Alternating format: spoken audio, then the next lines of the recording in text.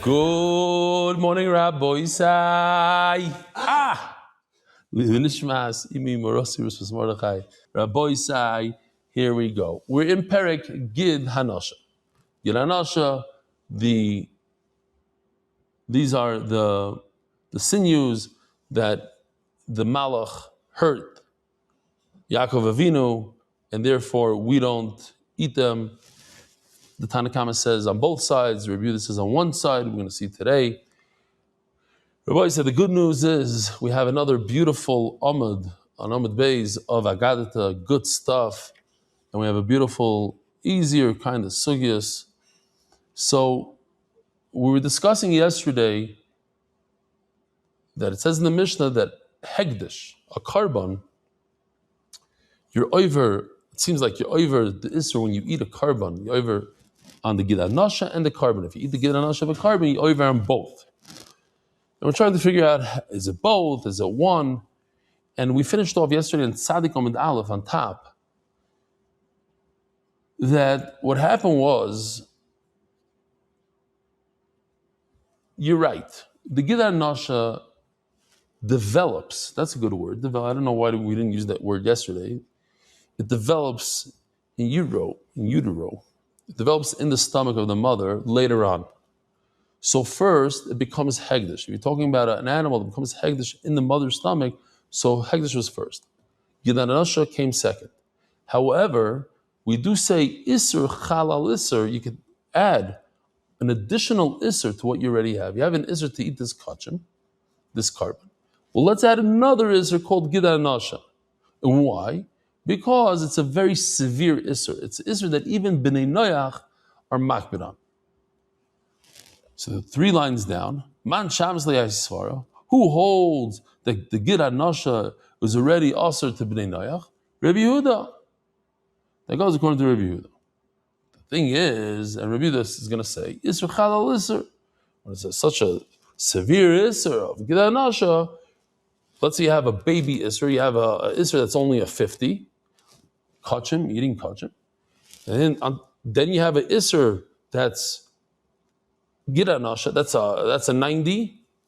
So there's room for the Isser to apply itself because it's a larger Isser, it's a greater Isser.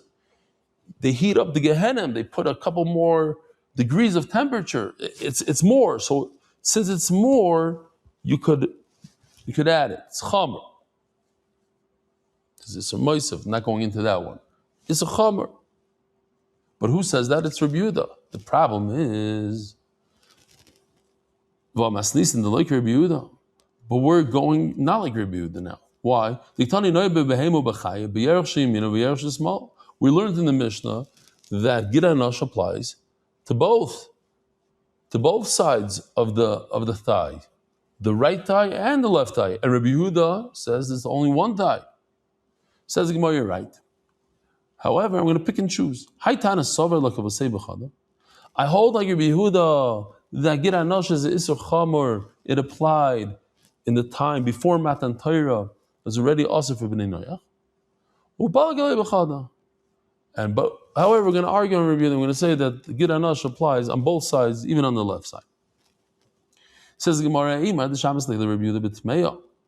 when do we say that Isser Chal Isser, that Isser Chamor could apply itself on another Isser?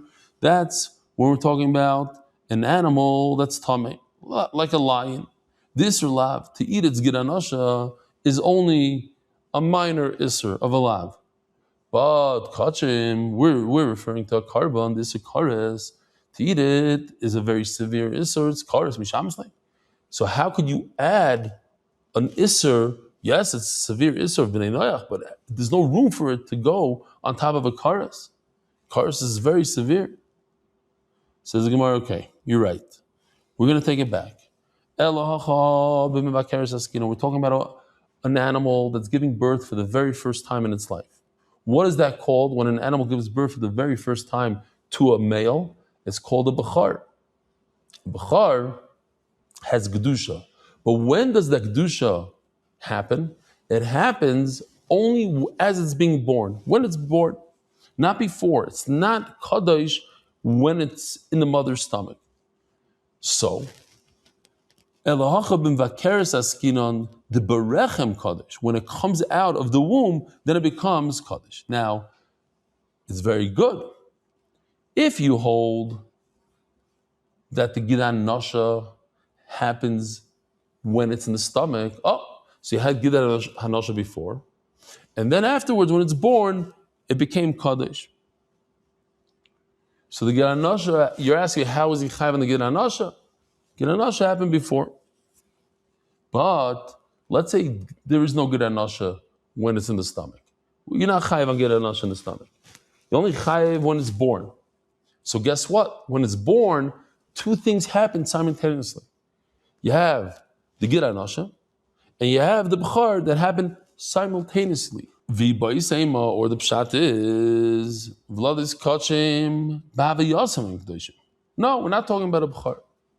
We're talking about regular Kachim, regular carbon. But guess what? A carbon that you're Magdish, the baby doesn't become Kaddish when it's in its mother's stomach. The same idea that we said by a B'char, but we're going to say by a carbon. The animal becomes Kaddish as it's being born.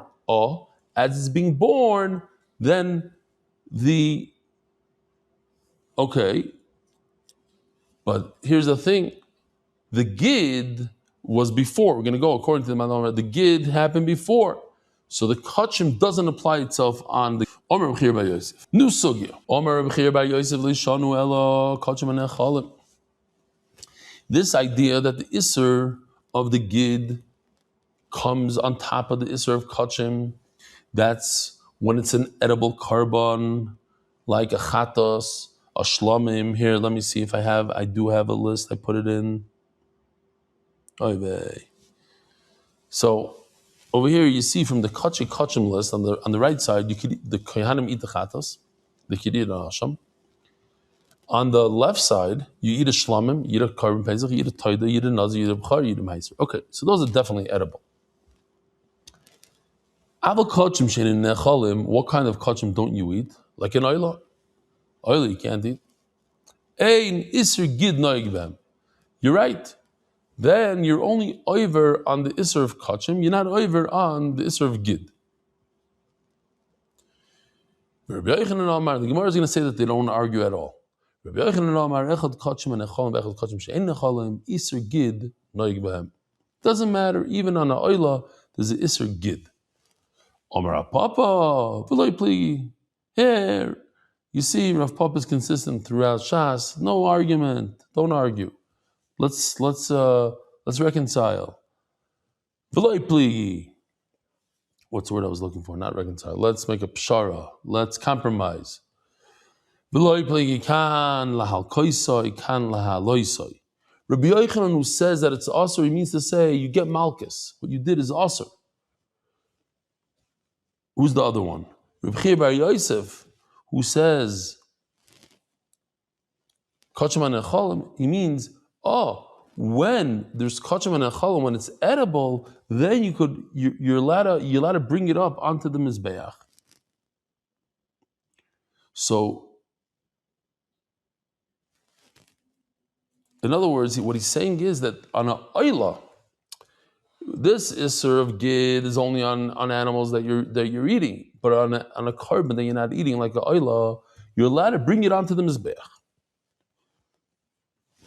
Rav Papa. Some say in Rav Papa himself, there's no machlokes kan lecholtzai. Since an oila is not edible, you don't eat an oila, the entire oila goes onto the mizbeach. You don't have to remove the gid hanasha from the oila.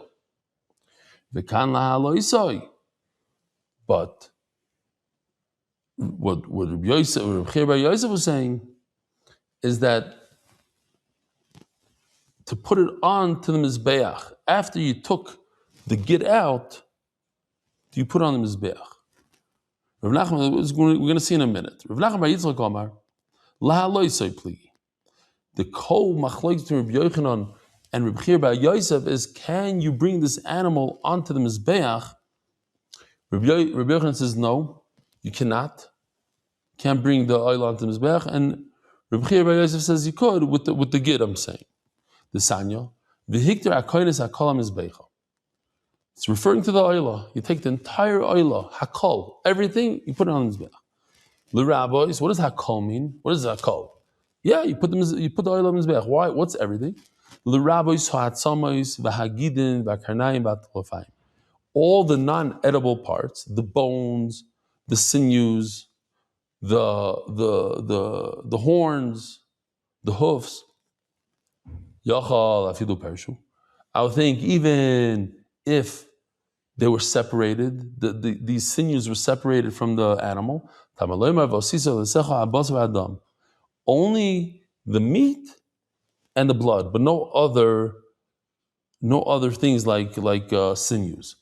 So it seems to be a contradiction. We said only bas v'dam, and then you tell me put the sinews and the hooves onto the mizbeach. So maybe the pshat is you got to take out all the sinews and then put pure meat onto mizbeach. It says you should put everything on.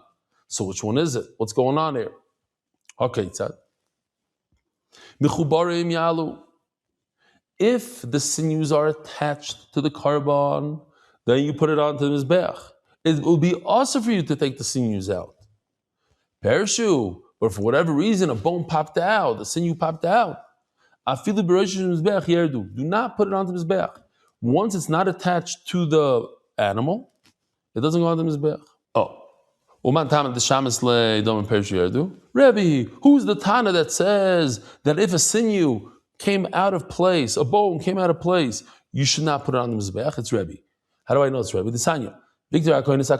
That the kohen should bring everything onto the mizbeach. The rabbis, all the non-edible parts, the bones, the sinews, va'afidu perishu.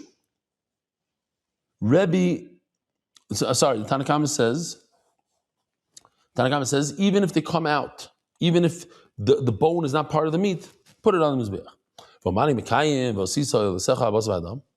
And what about the part of the pasuk like we discussed a minute ago? It says in the pasuk, you should only put onto the mizbeach meat and blood, but not other things. It says, bepoikin. What's bepoikin? So poikin is pieces of carbon that fly off the mizbeach because of the heat. So says the Gemara, Haketzad, ikuli basar atamachzer. If the meat was semi-burned and you're trying to finish up the job, so you gotta put it back on the mizbeach. But if the bones were singed, they started burning and they flew off the mizbeach, then those you don't put back on. And this is what we're looking for. Rebbe Oimer, finally. Rebbe Oimer, Riba. It seems like the kohen should put everything on the mizbeach. Riba. It comes to add stuff. Because of it says only two things, basar and dam. What should I do?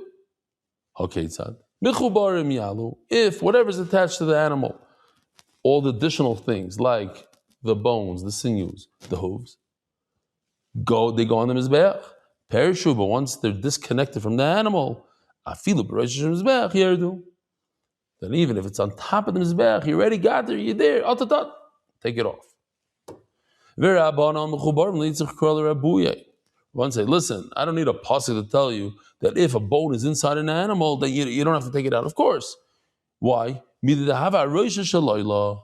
this pasuk. You should put the roish. We showed it many times. We could have shown it again. We have 13 kohanim. Each kohen, one kohen holds the head, the other kohen holds this. You cover it with the blanket of the fat so it doesn't look bad. Different, with the wound is where you cut the leg off. And these kohanim, they bring it all the way to the top of the mizbeach. One of the things they bring on is the roish, the head. Now the head has a lot of bones. So it says, but yet the Torah says, bring it onto the mizbeach. What is it talking about? That when these extra items became detached from the animal, you have sinews that flew out, you put it back on the mizbeach. Says the Gemara, "V'Rebbe mechubarim de teira lo yitzich kra l'rabuye." The anything that you're allowed to eat, similar to a head, you don't need a pasuk. Ki yitzich kra l'gidanashe b'mechubar. Oh, so finally I have Rebbe here that says that I need a pasuk to say that you could put onto the mizbeach the giranasha, even though the giranasha is also for you to eat, but since it's attached in the leg, so you put the whole thing, you could put it on the mizbeach. V'rabanan mimashke Yisrael. So we had this, if you were with us in Zvachim Menachas, the Torah says, not the Torah, the Navi says mimashke Yisrael. Mashke Yisrael is in Yechaskel. It has to be from a drink that Yisrael would drink. In other words, it has to be something edible, something that's mutter la'achila. Mina mutter Yisrael. So therefore, a gid anasha, which is not mutter to eat, and not a gid anasha, that's also. The Rebbe midid have achila v'dam. Rebbe says no. There are other things that are completely usher, but we put them on the mizbeach, such as. Well, if you weren't here for Zvach Menachas, maybe I should show you this. Where was it?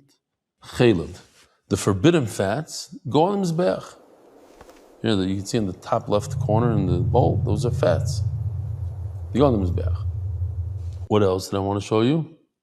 Oh, this also goes on the Mizbeach, but it's not Mashki Yisrael. The blood, it's not something that the Klal Yisrael drinks. You're not allowed to drink it. Elamai is not a problem, so too good not a problem. Okay, the Iker carbon is Zrikas Adam. That's the main avoida of a carbon, Zrikas Adam. Okay, that's the Torah said to do, so that you put that on the Mizbeach. It doesn't mean that you should put forbidden things like Gid Anash on the Mizbeach. Omer Avuno Gid Anash Shel Oila Cholsel Tapuach. So, in the middle of the Mizbeach, and this is what we're gonna discuss, this tapuach. If you just look at this picture, tapuach is that middle thing, that round mound is called a tapuach.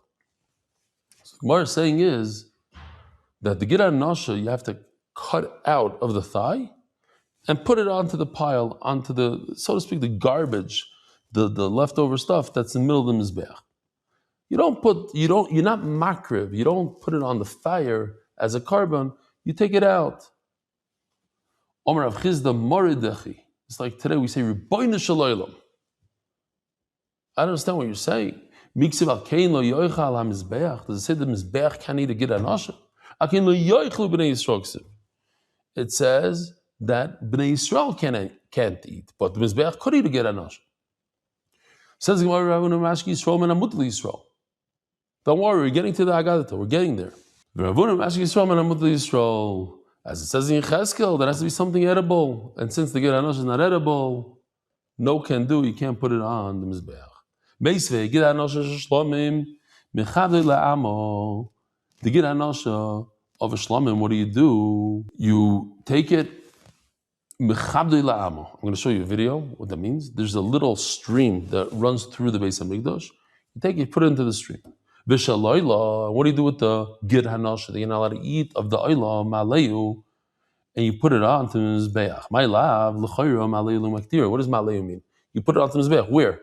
You burn it. You makriv it as part of the carbon. Loi maleyu v'choltza. It means you take it up to the mizbeach. It's like you tease him. You take him up. No. I'm not going to be makriv you. What do? I cut it out and I put it onto the mound, onto the tapuach. Says Gemara, I don't understand.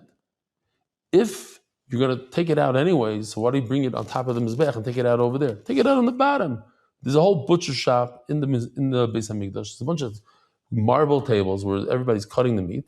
Cut it out over there, and then bring it up nicely to the Mizbech. Says Gemara, no, you got it wrong. The Torah says, the Navi says, that when you bring a gift to a ruler, you bring a nice gift. You don't bring chopped up meat that you went through with a knife and cut out, what do they call it? arbitrary. Okay, maybe Mark will have the word. So the point is, yes, it's a better cut. It's better for us to eat after, but it's very sloppy. It's cut here, cut there. You want to give the Rebbeinu Shalom a full piece of nice thigh. Yes, it has this, and then on top of the mizbech, you cut it out and you put it on. But as you bring it up, you're serving it to Hashem. You're gifting it, so to speak. So the gift should be a nice full. Tanya Kavaseder Rahuna. Gid Hanosh of Shlamim, that of the Gid Hanosh of Shlamim, Mechabdil Ami, you put it into the stream. V'Shalayla, that of Oila, Cholza Tapuach. Ah, that's a nice piece. Takes out the Gid, puts it on the Tapuach. Shlamim, the Gid goes somewhere else.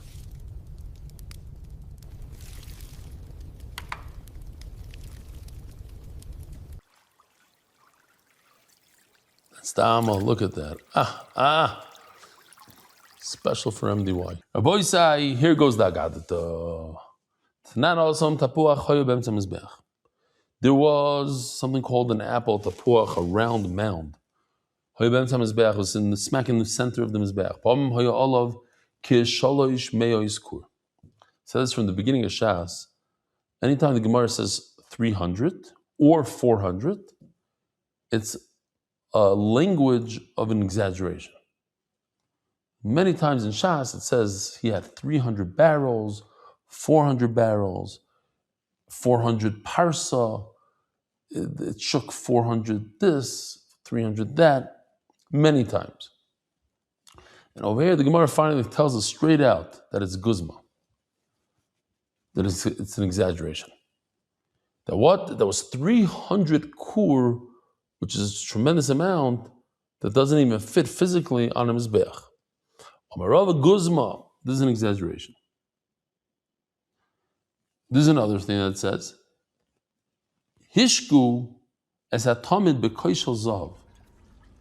They gave water to the tamid. Every day they brought the carbon tamid twice, once in the morning, once in the evening. They would give it water to drink so that you could remove the skin easier. So they gave him water from a golden vessel. It wasn't gold, it was copper. So that's an exaggeration. Omarava guzma. It's an exaggeration. It wasn't gold, it was copper. Omar Rabami dibra Torah lashon havai. The Torah spoke a lashon of simple, a simpleton. In other words, an exaggeration. So this is how humans speak. I told you 1,000,000 times not to exaggerate. So the million, exaggeration. Dibru Nevi'im Lashon Havai, you see the same thing, the language of the Nevi'im. Dibru Chachamim Lashon Havai, you see it in the Gemara. Dibru Chachamim Lashon Havai, Hodamar, as we just said, Chacham said, there's 300 kur on the Mizbeach. Dibru Torah Lashon Havai, the Torah says in Mefurish, Orim Gdoilos Ubetzurs Bashomayim. There were great fortified cities up in the heaven. But no, there's no fortified cities up in the heaven. Dibur Nevi'im Lashon Havai, Vatiboka Ha'aretz L'Kolam. The land split by their voice. So when Shlomo HaMelech became king, he was knighted. He was giving the melucha. So Klal Yisrael burst out in a song. But Tiboka Ha'aretz L'Kolam was so excited, the earth cracked open like a glass cracks from their voice. So that's exaggeration. In 3 different places, Chachamim spoke with a guzma. Elohein, Tapuach, Gefen Uperoiches. Tapuach Hodamar, that there was 300 kur on the Mizbeach, that's an exaggeration. Gefen, grapes, the snan. Gefen Shazav, Hoisei Medes al Pischoi Shel. There was grapes that were on the entrance of the Heichal in the Beis Hamikdash, umudla gabi kleintzos, and it was hanging on these beams. And anybody that wanted to donate would put it on that. Or Elazar Tzaddik, Ma'aseh Haya, There's a story of Again, the lashon of 300 is a guzma. 300 kohanim went and they emptied it. Paroiches, and where's the exaggeration of the paroiches? The snan, Reb Shimon Gamliel Oimer, Mishum, Reb Shimon Azgan, paroiches of Tefach. What's the paroiches? Here we go. Paroiches. The paroiches was the divider between the Heichal and the Kodesh HaKadoshim.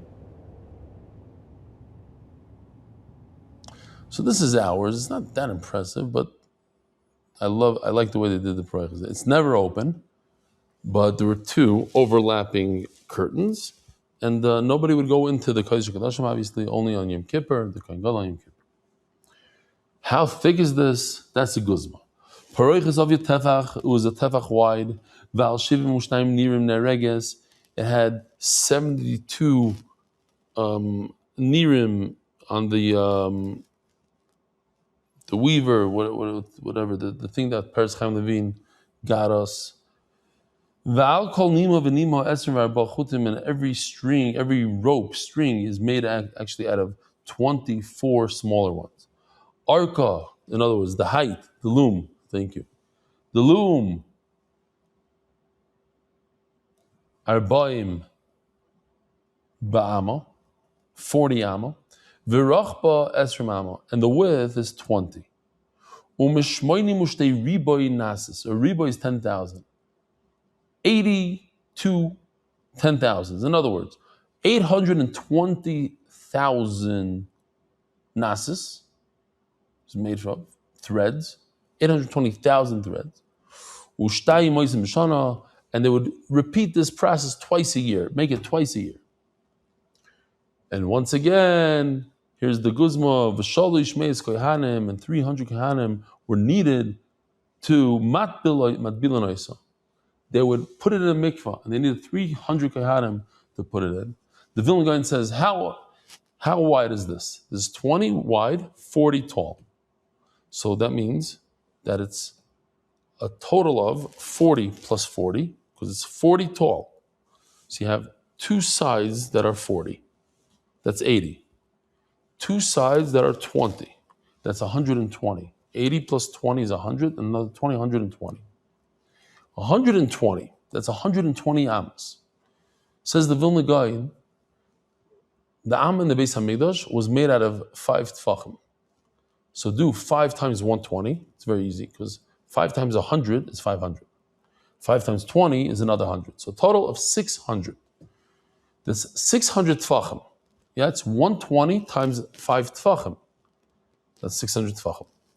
If you have 300 kohanim holding it, because they all want to hold it as much as they can, so it's exactly 600 tfachim. That's why maybe it says 300. Not that they actually held it like that, but that was his cheshbon of how you get to 300 kohanim. But the Gemara says that was a guzma. They didn't need 300 kohanim to put it in the mikveh. Okay? New sugi Rabbi said. B'yerech she'yiminu b'yerech she'smal. The Tanna Kama says that the Gid HaNasha applies to both sides of the animal, the right thigh and the left thigh. Says the Gemara, this isn't like Rabbi Yehuda. Our mission doesn't go like Rabbi Yehuda. The sign Rabbi Yehuda, it's only in one thigh. Now, which one, right or left? V'hadas machras, and logic dictates as shel yamin. Das is logic, but the Gemara is not so sure what it means. Das can mean, your brain says it's the right. Ibaylo, mifsha pshitile Rabbi Yehuda. Is it 100% to Rabbi Yehuda that's only the right, or one of them? Umay das Torah. So he got this from the Torah. So the Gemara's suffix is it a suffix for Rabbi Yehuda? And he says it's only one, and I don't know which one. Or he knows for a fact. Umay das noita. Now, what's the svara? So Rashi says an interesting thing here, that when the Malach was fighting with Yaakov Avinu, he grabbed him and he wrapped himself like this. So his right hand came all the way around Yaakov Avinu's body and grabbed his right thigh. He didn't grab the one closer, he went around him. And when you go around somebody, came around his back, and Yaakov Avinu was facing him. So Yaakov Avinu's right thigh was next to the Malach's left, and he came around and grabbed his right thigh, and that's the thigh that he injured. Tashma. We're talking about a carbon Pesach.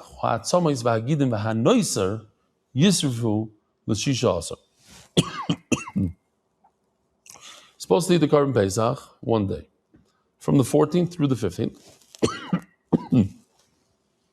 Anything left over, night, the 14th, the Leil Pesach, you have to burn. Now, you can't burn it on Yontif, on the 15th, so you wait until the 16th.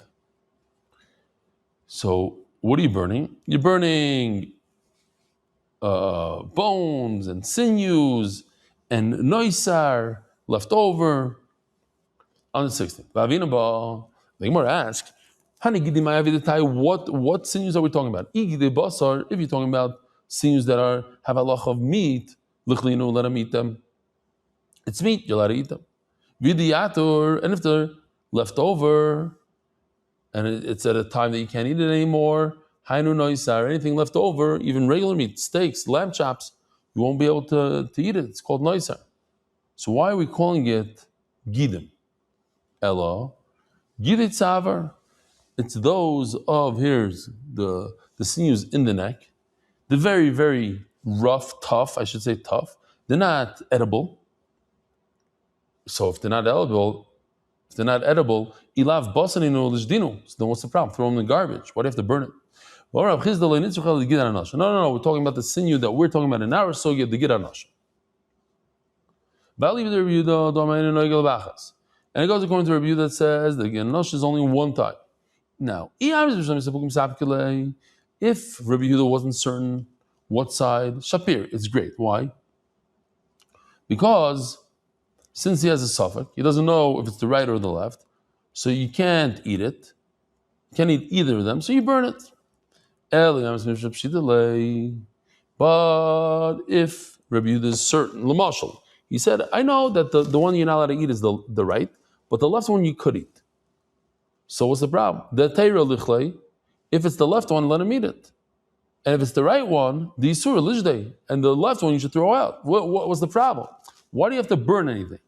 The ones that are edible, you should eat. The ones that are mutar b'achila, you should eat. The ones that are also b'achila, you should throw out. No, he knows for a fact. Let's say he knows for a fact that you're not allowed to eat the right one, you're allowed to eat the left one. What happened was, you put it on the side, you said, okay, this is the left one, I'm going to eat it. But then your kid came and mixed it around. So now you don't know what to do, so you have to burn it. Rabbi Isai, have a wonderful day. Merit the schus of spreading Torah throughout the world. Sponsor a shir today. MDYsponsor.com or sponsor at MDY.com.